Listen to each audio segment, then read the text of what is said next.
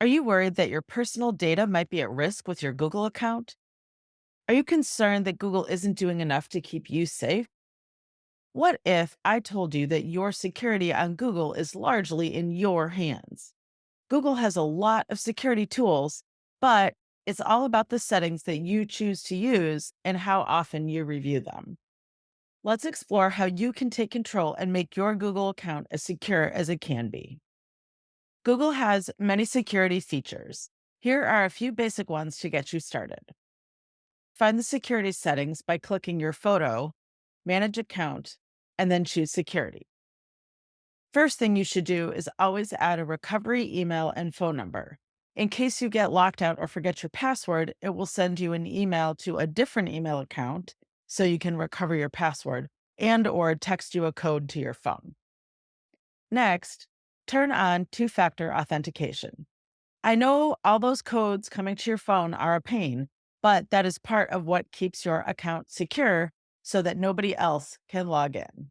Third, because you can be logged into your account on multiple devices, if you are still logged in somewhere else, that becomes a problem and a security risk. Within Google's security panel, you can see all the other devices on which you are logged in. And from that panel, you can actually log out of your account on all those other devices if you wish.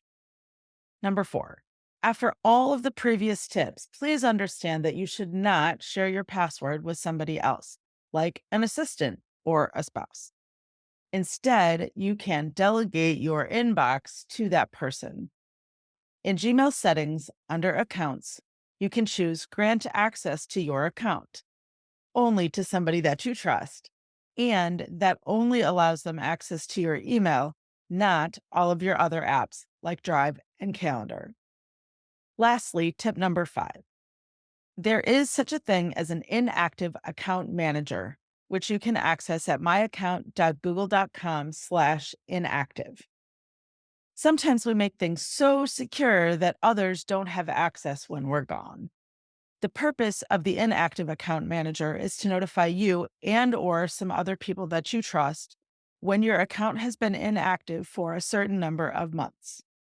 If you are injured or pass away suddenly, a relative or estate manager will likely need access to your email and Drive files for important information, emails, bills, and recovery codes for other online accounts. Therefore, it is important that you add someone else to notify when you are unable to access your account yourself.